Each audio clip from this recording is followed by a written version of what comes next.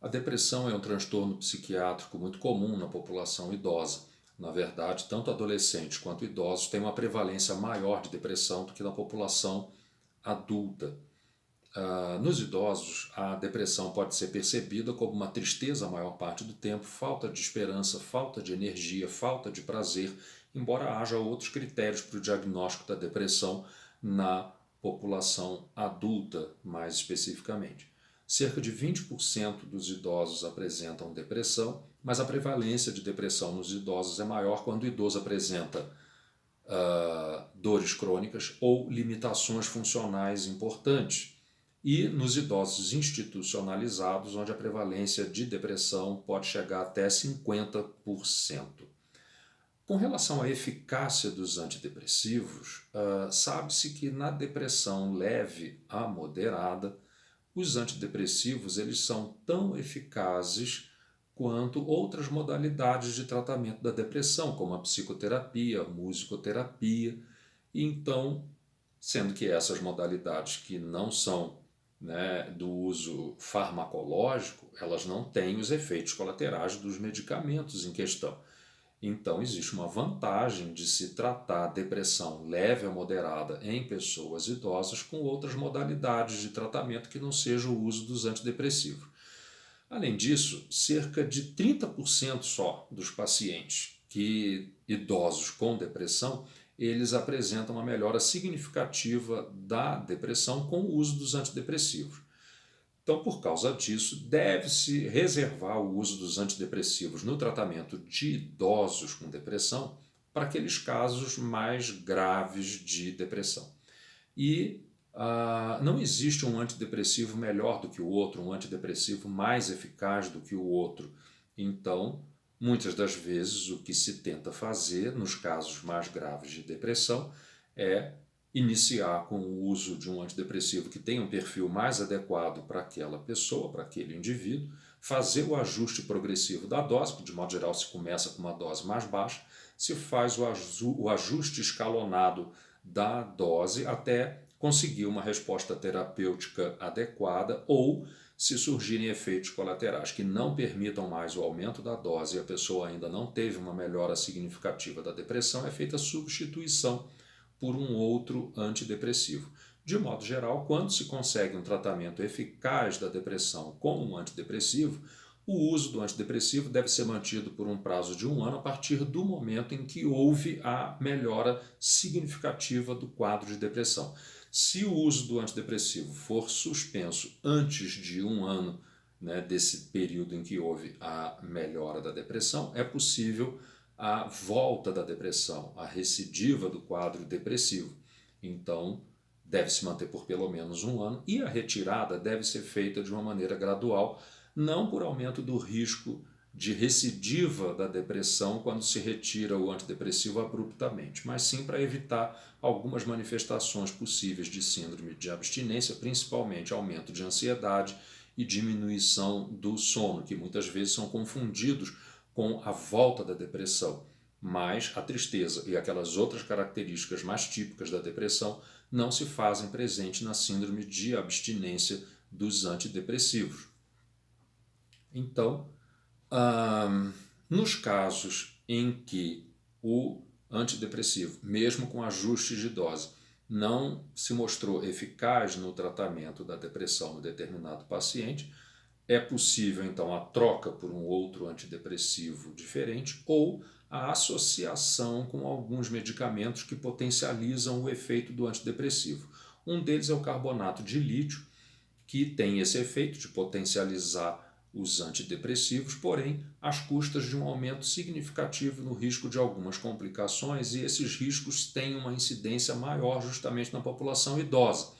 E quais são esses riscos? Riscos de alteração da função renal, alteração de sódio e potássio no sangue, alteração da função da tireoide, alterações neurológicas várias, como tremores e dificuldade de coordenação, até mesmo alteração de consciência, alterações visuais e várias outras alterações em outros órgãos. Então, o uso do lítio para potencializar o efeito de antidepressivo em pessoas idosas com depressão deve ser feito com cautela e, de modo geral, em doses menores do que aquelas que são usadas na população adulta.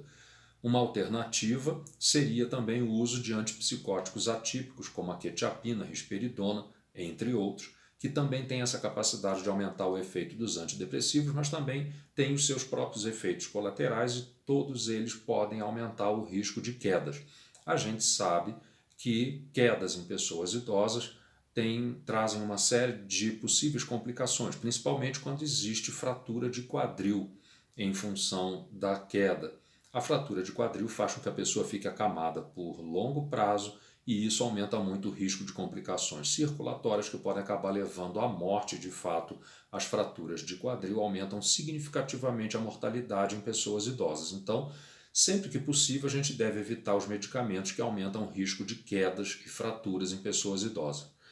Todos os antidepressivos de todas as classes podem aumentar o risco de quedas e fraturas, assim como esses antipsicóticos atípicos usados para melhorar o efeito dos antidepressivos. Então a situação fica bastante complicada quando se faz a escolha de tratar a depressão com um antidepressivo, principalmente quando seria possível usar uma outra modalidade de tratamento que não a farmacológica, que não o uso desses medicamentos. Mais um motivo para a gente dar prioridade ao tratamento da depressão, da ansiedade, da insônia, com outros produtos, sejam suplementos nutricionais, fitoterápicos, outras estratégias de terapia, como a psicoterapia, a musicoterapia, de modo que a gente não aumente o risco de quedas e fraturas na população idosa. O uso dos antidepressivos não deve ser mantido por tempo indeterminado, mesmo quando existe sucesso no tratamento da depressão.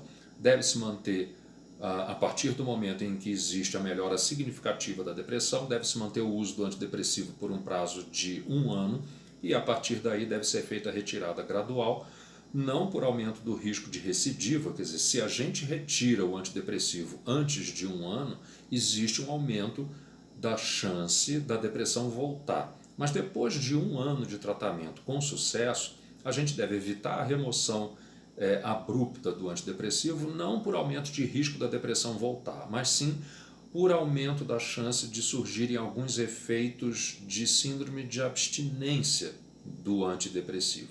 E os principais sintomas são aumento da ansiedade, perturbação do sono e insônia. As manifestações que são mais típicas da depressão, nesses casos, elas não voltam. É simplesmente uma manifestação da síndrome de abstinência. Então, na verdade, os antidepressivos também podem ser usados para o tratamento de outros transtornos, como, por exemplo, a ansiedade. Muitos são os antidepressivos usados também para melhorar a insônia, embora não haja estudos que inequivocamente demonstrem a eficácia dos antidepressivos no tratamento da insônia, tanto nos idosos quanto em pessoas com outras idades. Então, uma outra situação especial é a dos pacientes com demência e depressão. Na verdade, o uso de antidepressivos em pacientes dementes com depressão não costuma ter eficácia nas manifestações da depressão. E muitas vezes esses antidepressivos vão ser usados, na verdade, para diminuir a agitação, diminuir a ansiedade, eventualmente com o argumento de que possam diminuir a insônia, mas não propriamente melhorar a depressão nos pacientes com demência. Então, existe essa preocupação muito grande com o uso de qualquer medicamento que possa aumentar o risco de fraturas e de quedas e fraturas na população idosa, e todos os antidepressivos de qualquer classe, de qualquer tipo, podem aumentar o risco de quedas e fraturas. Isso então está relacionado com alguns efeitos colaterais dos antidepressivos que contribuem para o aumento do risco de quedas. Entre esses efeitos colaterais dos antidepressivos estão a hipotensão postural, que é a queda da pressão quando a pessoa se levanta. E aí a pessoa tem uma tontura, naquele momento acaba caindo e nessa hora pode ter então uma fratura. Mas os antidepressivos podem provocar tontura e sonolência, independentemente de ser relacionado com a mudança de posição. E uma outra possibilidade é uma dificuldade de coordenação, um outro efeito colateral de vários antidepressivos que também contribuem para as quedas, assim como arritmias cardíacas. Então, a arritmia cardíaca pode fazer com que a pessoa, num determinado momento, com a alteração do bombeamento de sangue, né, pelo coração, acabe desenvolvendo um episódio abrupto de tontura vindo ao solo, aumentando o risco de fratura também. E um outro efeito colateral importante que está relacionado com o aumento do risco de quedas em idosos com o uso de antidepressivo é a hiponatremia, que é a redução da concentração de sódio no sangue.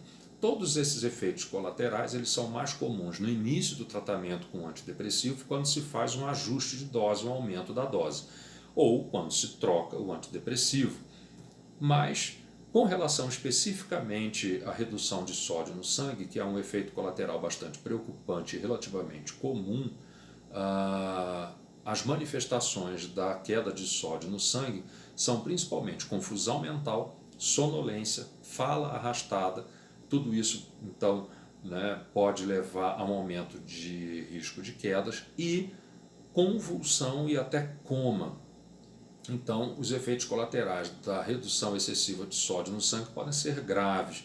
E a redução de sódio no sangue ela é mais comum com alguns antidepressivos. O risco de hiponatremia é maior com alguns antidepressivos, como os tricíclicos, os mais comuns são a amitriptilina e nortriptilina, os inibidores de recaptação de serotonina, como o citalopram, escitalopram, sertralina, fluoxetina, entre outros, a venlafaxina ou desvenlafaxina, e todos eles têm um risco de queda de sódio no sangue de cerca de 15%, mas esse risco aumenta quando a pessoa idosa usa também diuréticos para auxiliar no controle da pressão ou redução de inchaço e de edemas, e quando o paciente faz também uma dieta com restrição de sal, justamente também para ajudar no controle da hipertensão arterial ou redução de edemas, principalmente na insuficiência cardíaca.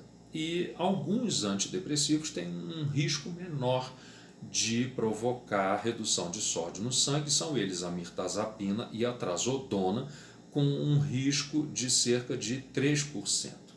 Então, todas essas informações mostram que, em casos de depressão leve a moderada nas pessoas idosas, deve-se dar preferência ao tratamento não farmacológico, ou seja, não usar os antidepressivos, mas sim recomendar a psicoterapia e outras formas de terapia, como a musicoterapia, por exemplo, o uso de suplementos nutricionais e de fitoterápicos que têm eficácia comprovada no tratamento da depressão, exceto o extrato de Hipericum perfuratum, que é um fitoterápico que é eficaz para o tratamento de depressão, mas ele tem muita interação com vários outros medicamentos, prejudicando o tratamento de várias comorbidades que são muito comuns na pessoa idosa. Então, deve-se reservar o uso dos antidepressivos para o tratamento da depressão em idosos para aqueles casos mais graves e sempre fazendo avaliação de sódio no sangue antes do tratamento, durante as primeiras semanas e sempre que houver aumento da dose ou a troca